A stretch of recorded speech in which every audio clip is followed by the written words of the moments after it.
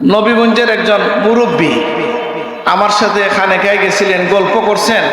সেই গল্পের মধ্যে একটা কথা বলছেন, আজও কথাটা আমার স্মরণ হয়, যে সোহবতের কারণে তার মধ্যে জ্ঞান চলে আসছে। আলহামদুলিল্লাহ। আমাকে বলছিলেন, আমি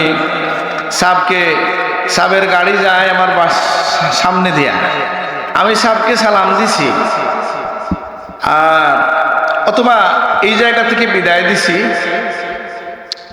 আর সাব আরেক মাহফিলে যাবেন, সাবের গাড়ি রওনা দিচ্ছে। ঠিক এই সময় মনের মধ্যে আসছে এই কথা যে সাবের গাড়ি তো জায়গা ছিল, যদি আমি একটু উঠতে পারতাম তাহলে পরবর্তী মাহফিলে গিয়েও সাবের কথা শুনতে পারতাম। এই কথাটা আমার যখন মনের মধ্যে আসছে, কিছুক্ষণ পর গিয়া গাড়িটা থামছে, আর সেক্রেটারি সাহেব ডাক দিচ্ছেন, সাপ আপনাকে ডাকতেছেন। তো সাপ বলছেন যে গাড়ির পিছনে জায়গা আছে, তুমি উঠো, আমার সাথে আসো। তো তিনি বললেন, আমি কিন্তু সাপগুলার এইরকম কারামত বা আল্লাহর পক্ষ থেকে দেওয়া অনেক কারামতের কথা আমরা তো জানি নাকি। আমি যে কারণে বিস্মিত হইলাম যে সাধারণ একজন মানুষ এই কথাটার ব্যাখ্যা যেটা দিলেন, আমার বিস্ময়ের জায়গা সেই জায়গায় তিনি বললেন যে দেখো কা সিলেটি ভাষায় আর কি, আমি যখন চিন্তা করছি আল্লাহ তান অলির দিল কথাটা ইলকা করে দিছেন। আলহামদুলিল্লাহ। এখন আমার প্রশ্ন হচ্ছে, এই যে একটা বিশ্বাস, এই বিষয়টাকে সঠিক শব্দে বলতে পারা। যেমন ধরেন কত মানুষ আছে এটাকে ইলমে গায়েব মনে করবে, বুঝেন না কথাটা। কেউ আছে কি যে বলবে তার মুর্শিদকে নিয়া, পীর সাহেবকে নিয়া, শব্দ সে হয়তো যথাযথভাবে জানে না। তো আমার মনে হয়, আমি ধারণা করি হয়তো সাহেবুল্লাহর সাথে তার দিলি রাবেতার কারণে তিনি এমন একটা শব্দ বললেন, এখানে আলেমরা আছেন, মুহাদ্দিসিনরা আছেন, বলেন তো তার এই কথার মধ্যে কোনো ভুল আছে? উনি মারা গেছেন, নাম বলতে পারি আমি, ওই এলাকার সবাই চিনবেন, আমাদের দিলশাদ মিয়া, কেউ চিনেন ওনাকে? চিনছেননি? জি। আরেকজন মানুষ জীবিত আছেন, বেঁচে আছেন। আমি আসলে কোনো ওয়াজ করতেছি না, এটা খেয়াল করবেন, আমি গল্প করতেছি, সাব আসা একটু অপেক্ষা। আরেকজন এখনো জীবিত আছেন, ওনার নামটা আমি আর বলি না। আমি ইতিকাফের মধ্যে দেখলাম উনি কিছু কথাবার্তা কথা বলতেছেন একা একা। তো আমি বলি, আপনি কি একলা একলা কিতা মাত্র কি কথা বলেন একা একা? উনি বললেন, আমি আমার সাবের সাথে কথা বলতেছি।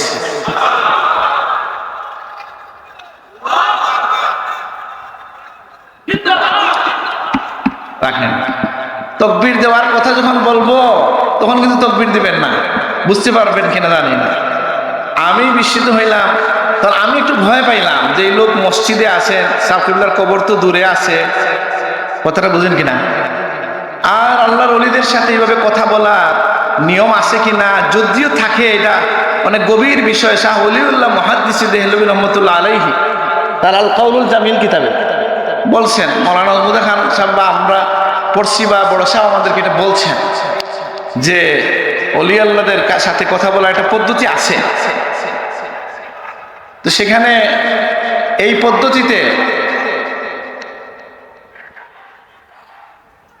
পদ্ধতিতে যখন আসে, সেই কারণে আমি মনে করলাম যে উনি কি এটা জানে। তখন তিনি বুঝলেন, আমাকে তিনি যে কথাটা বললেন,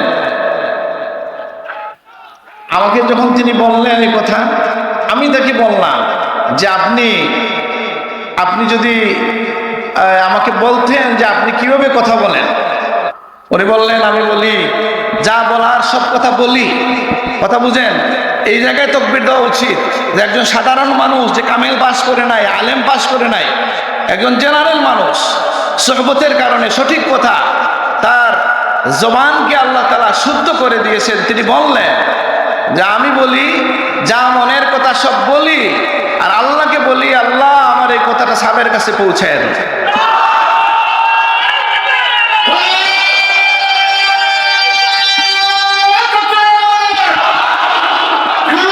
তাহলে আমরা বুঝলাম সোহবতের মধ্য দিয়া সাধারণ মানুষের মধ্যেও তার এই গুণ চলে আসে। এটা মৌলানা সাদির কবিতায় যদি পড়েন সেটাও আমরা দেখি।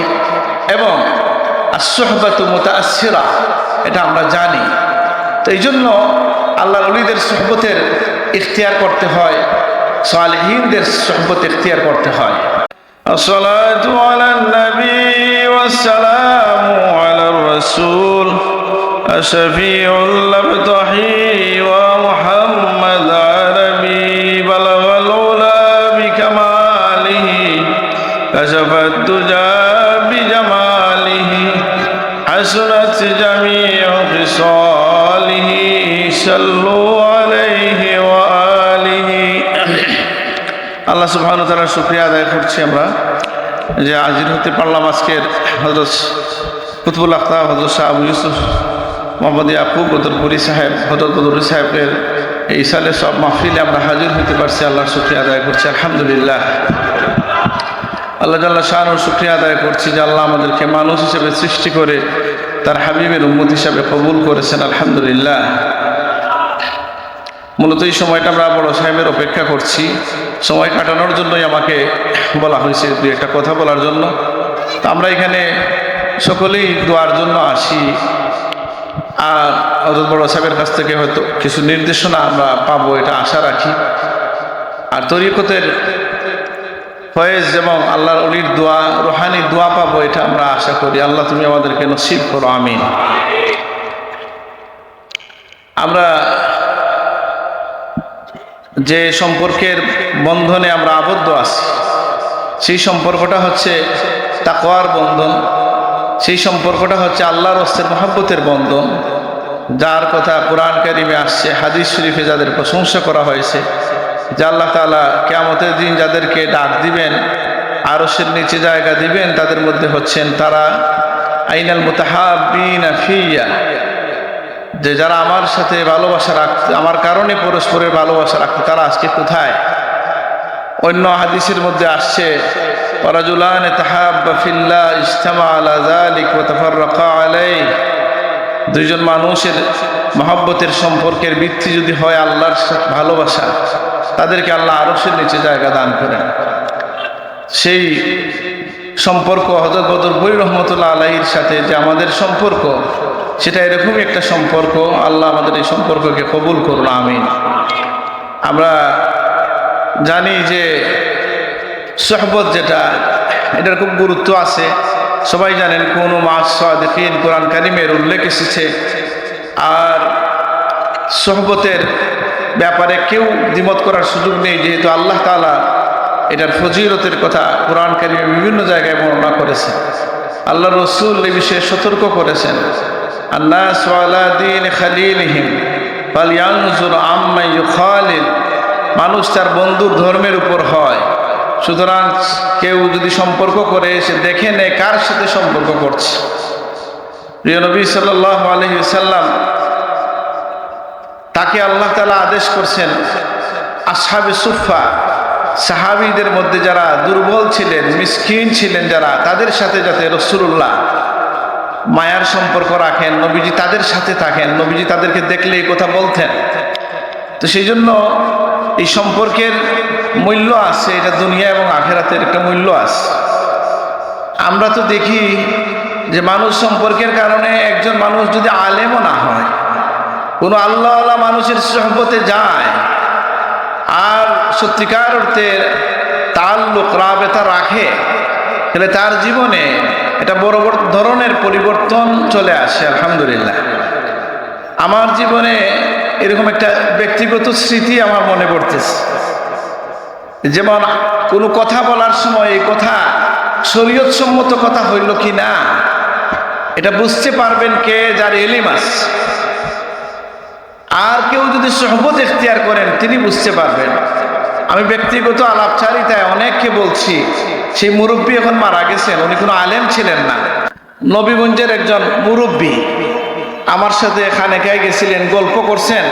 সেই গল্পের মধ্যে একটা কথা বলছেন, আজও কথাটা আমার স্মরণ হয়, যে সুহবতের কারণে তার মধ্যে জ্ঞান চলে আসছে, আলহামদুলিল্লাহ। আমাকে বলছিলেন, আমি সাবের গাড়ি যায় আমার সামনে দিয়া, আমি সাবকে সালাম দিছি, আর অথবা এই জায়গা থেকে বিদায় দিছি, আর সাহেব আরেক মাহফিলে যাবেন। সাহেবের গাড়ি রওনা দিচ্ছে, ঠিক এই সময় মনের মধ্যে আসছে এই কথা যে সাহেবের গাড়ি তো জায়গা ছিল, যদি আমি একটু উঠতে পারতাম তাহলে পরবর্তী মাহফিলে গিয়েও সাহেবের কথা শুনতে পারতাম। এই কথাটা আমার যখন মনের মধ্যে আসছে, কিছুক্ষণ পর গিয়া গাড়িটা থামছে আর সেক্রেটারি সাহেব ডাক দিচ্ছেন, সাহেব আপনাকে ডাকতেছেন। তো সাহেব বলছেন যে গাড়ির পিছনে জায়গা আছে, তুমি উঠো আমার সাথে আসো। তো তিনি বললেন, আমি কিন্তু সাহেবুল্লাহর এইরকম কারামত বা আল্লাহর পক্ষ থেকে দেওয়া অনেক কারামতের কথা আমরা তো জানি নাকি। আমি যে কারণে বিস্মিত হইলাম যে সাধারণ একজন মানুষ এই কথাটার ব্যাখ্যা যেটা দিলেন, আমার বিস্ময়ের জায়গা সেই জায়গায় তিনি বললেন যে দেখো কা সিলেটি ভাষায় আর কি, আমি যখন চিন্তা করছি আল্লাহ তান অলির দিল কথাটা ইলকা করে দিছেন, আলহামদুলিল্লাহ। এখন আমার প্রশ্ন হচ্ছে এই যে একটা বিশ্বাস, এই বিষয়টাকে সঠিক শব্দে বলতে পারা। যেমন ধরেন কত মানুষ আছে এটাকে ইলমে গায়েব মনে করবে, বুঝেন না কথাটা। কেউ আছে কি যে বলবে তার মুর্শিদকে নিয়া, পীর সাহেবকে নিয়া শব্দ সে হয়তো যথাযথভাবে জানে না। তা আমার মনে হয়, আমি ধারণা করি হয়তো সাহেবুল্লাহর সাথে তার দিলি রাবেতার কারণে তিনি এমন একটা শব্দ বললেন, এখানে আলেমরা আছেন, মুহাদ্দিসিনরা আছেন, বলেন তো তার এই কথার মধ্যে কোনো ভুল আছে? উনি মারা গেছেন, নাম বলতে পারি আমি, ওই এলাকার সবাই চিনবেন, আমাদের দিলশাদ মিয়া, কেউ চিনেন ওনাকে? চিনছুননি? জি। আরেকজন মানুষ জীবিত আছেন, বেঁচে আছেন। তা আমি আসলে কোনো ওয়াজ করতেছি না, এটা খেয়াল করবেন, আমি গল্প করতেছি, সাব আসা একটু অপেক্ষা। আরেকজন এখনো জীবিত আছেন, ওনার নামটা আমি আর বলি না। আমি এতে কাফের মধ্যে দেখলাম উনি কিছু কথাবার্তা কথা বলতেছেন একা একা। তো আমি বলি, আপনি কি একলা একলা কিতা মাতেন, কি কথা বলেন একা একা? উনি বললেন, আমি আমার সাবের সাথে কথা বলতেছি।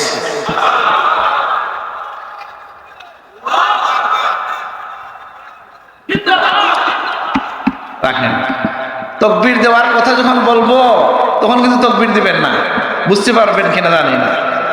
আমি বিস্মিত হইলাম, তখন আমি একটু ভয় পাইলাম যে এই লোক মসজিদে আছেন, সাকিবুল্লাহর কবর তো দূরে আছে, কথাটা বুঝেন কিনা। আর আল্লাহর ওলিদের সাথে এইভাবে কথা বলার নিয়ম আছে কিনা, যদিও থাকে এটা অনেক গভীর বিষয়। শাহ ওলিউল্লাহ মুহাদ্দিস দেহলভী রহমতুল্লাহ আলাইহি তার আল কাউলুল জামিল কিতাবে বলছেন, মৌলানা নজমুদ্দিন খান সাহেব বা আমরা পড়ছি বা বড় সাহেব আমাদেরকে এটা বলছেন যে অলি আল্লাহদের সাথে কথা বলার একটা পদ্ধতি আছে। তো সেখানে এই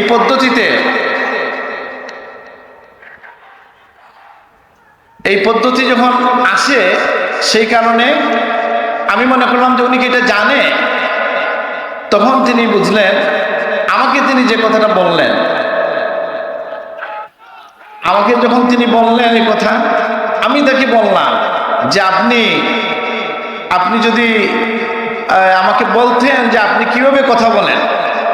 উনি বললেন, আমি বলি যা বলার সব কথা বলি, কথা বুঝেন। এই জায়গায় তাকবীর দেওয়া উচিত যে একজন সাধারণ মানুষ যে কামেল পাস করে নাই, আলেম পাস করে নাই, একজন জেনারেল মানুষ সোহবতের কারণে সঠিক কথা তার জবানকে আল্লাহ তাআলা শুদ্ধ করে দিয়েছেন। তিনি বললেন যে আমি বলি যা মনের কথা সব বলি, আর আল্লাহকে বলি আল্লাহ আমার এই কথাটা সাহেবের কাছে পৌঁছায় দেন।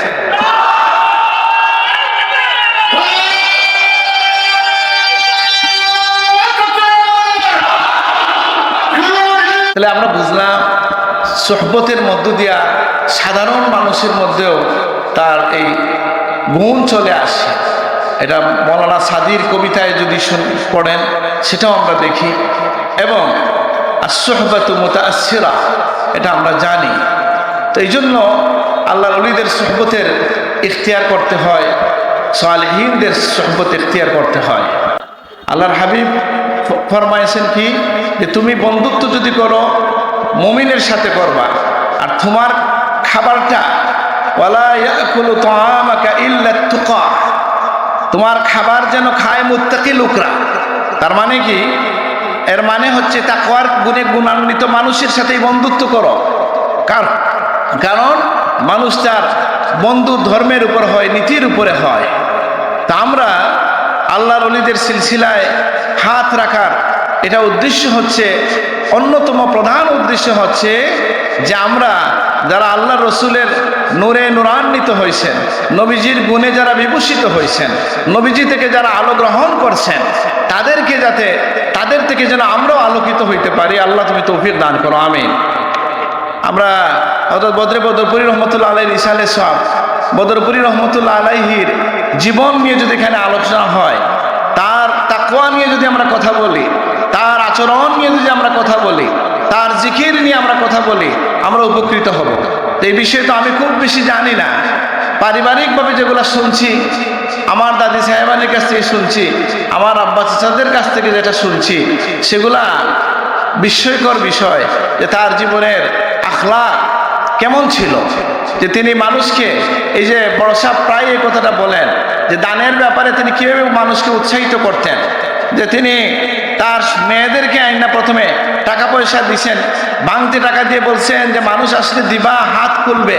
আমরা এখান থেকে শিখলাম যে আমার সন্তানকে শিশুকাল থেকে যেন আমি দানের দিকে উৎসাহিত করি, আগ্রহী করি। হযরত বদরপুরি রহমতুল্লাহ আলাইহি তার সন্তানদের ক্ষেত্রে এটা করেছেন, এবং এই কারণে তার সন্তানদের মধ্যে এর প্রভাব ছিল। আমি এই বিষয়ে লম্বা কথা বলছি না। তারপরে হযরত বদরপুরি রহমতুল্লাহ আলাইহি তিনি তার মুরিদানদের ব্যাপারে কি করতেন, আজকের সময়ে তাসাউফ নিয়ে, তরিকা তাসাউফ নিয়ে যখন মানুষ প্রশ্ন করে, অনেকেই এটা বলে, আমি দুইজন মানুষের বক্তব্য শুনলাম যারা বলছেন যে তরিকা তাসাউফওয়ালারা শুধু জিকির শিখায়, তারা সবচেয়ে বড় জিকির, কোরআন থেকে মানুষকে বিমুখ করে, নাউজুবিল্লাহ। কিন্তু এই কথা যারা কোরআনের উপর গুরুত্ব একটু কমও দিচ্ছেন, সরাসরি দেখা যাচ্ছে না, তাদের ক্ষেত্রে ওই কথাটা খাটে না।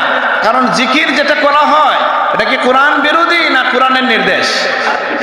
কোরআন কারীমের নির্দেশ, ওয়াজকুর রাব্বাকা, তোমার রবের জিকির করো, ওয়াতাবাত্তাল ইলাইহি ওয়া যাকারা ইসমা রাব্বি ফাসাল্লা। এখন যেটা আয়াত তিলাওয়াত করলাম আমি, যে আল্লাহর জিকির, নামাজের উদ্দেশ্য হচ্ছে আল্লাহর জিকির, আকিমিস সালাতা লিযিকরি। কিন্তু আমি বলি, এই সময়ে যারা আল্লাহর ওলিদের মানহাজ নিয়ে কথা বলেন, তারাও যদি শুনেন এই কথা যে বদরপুরি রহমতুল্লাহ আলাইহি কোনো মানুষ মুরিদ হলে প্রথম কোন সবক দিতেন? প্রথমেই তাকে কোরআন কারীম শুদ্ধ করার কথা বলতেন। এটা তার জীবনের মধ্যে আছে কি নাই? আবার আসেন, হযরত সাহেব কিবলা ফুলতলির মাধ্যমে আল্লাহ তাআলা কোরআন কারীমের যে বাজার সৃষ্টি করেছেন, সেইটা, এই বাজারটা, এই বড় যে তৈরি হয়েছে, সেটাও তো হযরত বদরপুরি রহমতুল্লাহ আলাইহির নির্দেশে হয়েছে।